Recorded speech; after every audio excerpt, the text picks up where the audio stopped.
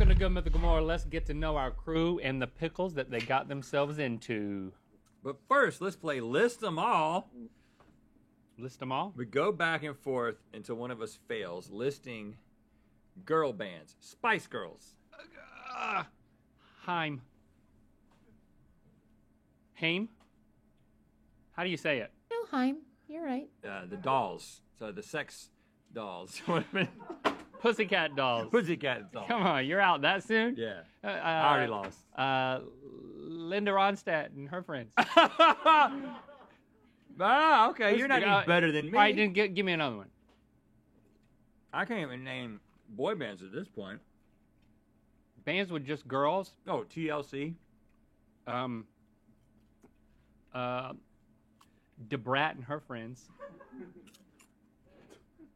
Any others? Destiny's Child. Oh.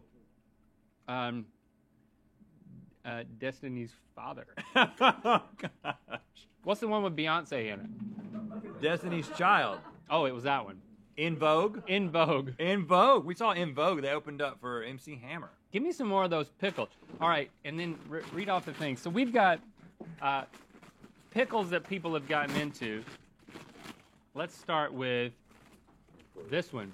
My dad's sister and I were on a camping trip in Montana, and we decided to pop over into Canada for the day. Yeah. You know, the old popover. At the border checkpoint, they asked my sister and me questions to make sure our dad wasn't kidnapping us and fleeing to another country. Important. My older sister passed with flying colors. I was born in. I was 6. I didn't know what city the hospital was in.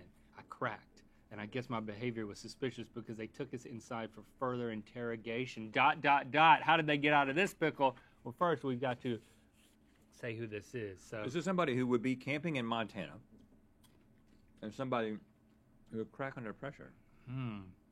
But they were 6, so maybe not. I would totally get nervous if I was questioned by a border agent. I have no clue. Maybe this Who's is the most maybe campy? This is Maisie. I think Maisie could be campy. But like more like REI camping. Not Maisie, like, what do you when I say camping, what's the first thing that you think of? That I love it. See, she loves it. Okay. Uh-huh. What do you love about it? When you wake up in a tent and you're now in the mountains and no longer at your house. That's the worst part, is waking up in the tent and you're no It's longer the at your best house. part. It's Like- refreshing. I was like, God, You now make your- if the dew, I mean, and I'm the one trying to get my family to camp all the time. If the dew, I think we were right. I think that's a good guess. Hunger Games impersonator, go. Way back when the Hunger Games movie craze was happening, so they were alive during that. Okay. My friends and I went to the movie theater in a very small town. Small town. Small town. Small town. Alton would pick you up. I took a seat. They like to sit. I'm not going to keep doing it. I'm just taking a bite of popcorn every time I say it. Behind a white folding table in the lobby. My friend acted like I was famous and asked for a picture with me as a joke, which then led to an entire crowd of teens asking me for photos and autographs. Wow! How did they get out of that pickle? Somebody who looks like they could be in the Hunger Games. You know, Taylor could be in the Hunger Games. I mean, you know, they start running for that cornucopia. Do you think Taylor was maybe even in Taylor, were you ever considered as an extra for Hunger Games? I cannot disclose. Oh, you're over there. Oh. Right here. Taylor cannot disclose. Well, it says Taylor or Aubrey. Well, he didn't give us anything. Taylor, you still been watching that Passion of the Christ? Ever since your parents been looking for March of the Penguins? Yeah, I bought the exclusive limited edition. Yeah. You did? Yeah. You watched it? It's one of those movies you can keep going back to like every week. Uh-huh. Yeah, you notice something different every time. Some people keep the news on at their house constantly. Some people keep the passion. Yeah, that's what Taylor does. All right, what's next? Tummy turbulence. When I was 21, excuse me, I have some popcorn in my mouth. I was flying home after a family vacation. We had a very brief layover at the and when hurrying to the connecting gate, I let out a little toot. Okay, so it's someone who toots. However, I immediately knew it was more than that. Oh, no. I broke someone apart who from my starts. family and stepped into the nearest airport restroom, checked my pants, and saw that I was suddenly carrying a little extra Oh, baggage. come on. Yes, I sharted myself minutes before boarding. ... Somebody sharded themselves at the Seattle airport. When I was 21. All these people are older than 21. I felt like Carney could let a good I don't shard. know why. As soon as you started telling the story, I pictured Carney Former hot dog on a stick. With a little- hot dog went off the stick. with a little toot. A little toot. He thought it was a little toot. Little toot. But it was much more than that. We will find out how they got out of these pickles. You want to read it? While I eat it? In college, I lived in a really janky apartment. And one morning, after taking a shower, I went to open the door and the doorknob fell out the other side. No one was home, and I'd locked myself in my own bathroom. We're going to find out how they get out. I'm excited about that one. Somebody who went to college. Didn't shart in this story. Well, just because it doesn't say they didn't shard doesn't mean they didn't shard. Right. I like to think that all of these stories involved a shart. It just wasn't mentioned. Maybe they were taking a shower because of a shard. Right.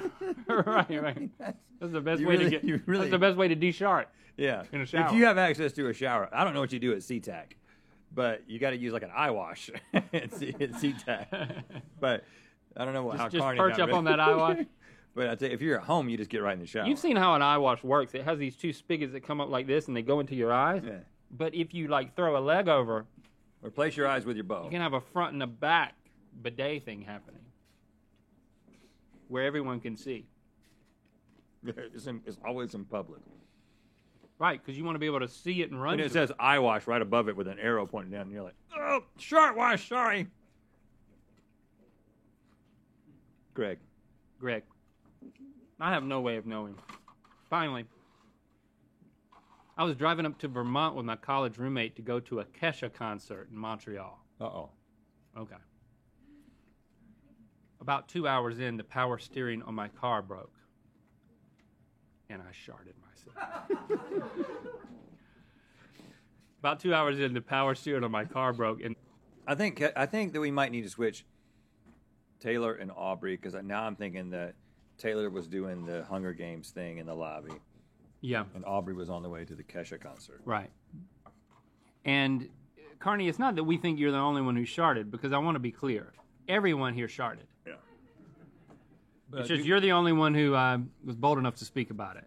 Speaking of, speak about it. If you want these plushies, Smell of that. Let's talk about that. As you can see, we can't. these, That was my nickname the- in high school. these are our actual voices saying things that you've heard us say before, but you got to press us What the crap? to say them. And the only way you can get these is if you are a third-degree member of the Mythical Society. Again, that's one of the big perks about being in the Mythical Society third degree is that you get these quarterly collectible items that we do not and will not sell anywhere else. You can only get them by being that third-degree member. So join Third Degree Monthly by October 31st or Third Degree Quarterly or Annual by December 31st over at mythicalsociety.com, and you can... What are the chances? Snot Mike Puffsty? Don't bring that up again. Okay, so let's find out. Aubrey, Kesha. So I do have an affinity for glitter, but I am not a Kesha fan. So no, that's not me. Okay, which one is you? The bathroom one. You sharted and admitted it. No, I got stuck in my own bathroom. Oh. Well, you got to be clearer than that. I mean, I'm not going to ask you if you've ever sharted, but you can also volunteer the information. So how'd you get after you cleaned up the mess? How did you get out of the shower? The bathroom? I jimmied my way out using my toothbrush. Used a toothbrush just- to... Yeah, I pick just a lock? kind of looked inside the lock and saw how it kind of worked, and then used my toothbrush and kind of jimmied my way out. Wow. You're resourceful. Huh. Yeah. I once had a stepdad named Jimmy. He frequents airports. Mm-hmm. I'm sure he sharded himself too. All right. Gregorino, Greg Daddy. Well, Power yeah, steering malfunction. Is this you with Kesha? Yeah. Oh, there you are. So you didn't? Did you make it to Kesha? What? I mean, if you can't steer, what happened?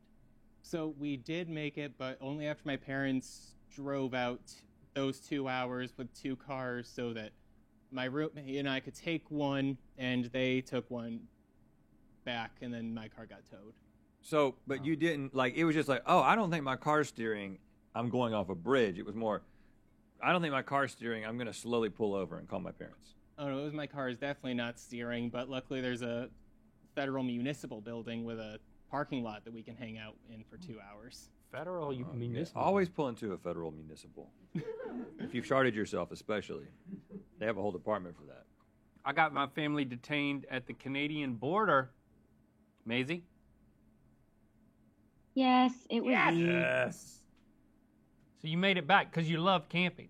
You even love the part that sucks, like waking up and you're still camping. Yes, I love that part. It's the best.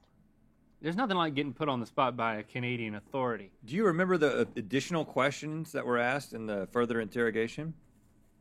I don't because, again, I was scared in 6, but I think she just kept asking the same type of questions, and I kept saying, I'm little and I was born in Pasadena, and what else do you need? And then no. eventually she thought, okay, she's so cute. She's clearly nervous. Go off into Canada. Go into Canada for the popover. I mean, when my kids have to get on a plane and they don't have an ID, and they ask them, what's your full name and what's your age?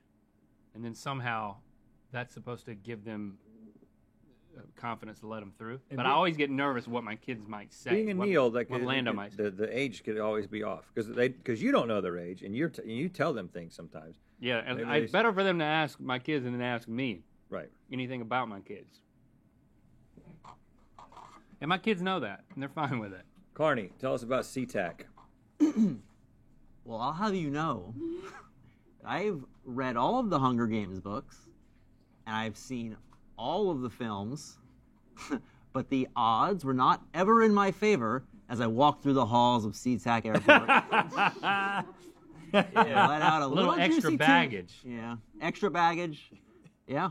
So how did you get rid of that baggage and still board the plane? Because it was coming down to the wire. Oh yeah. I just had to do what I had to do in that moment, and quick clean up, no eye wash. I washed that ass real quick. And,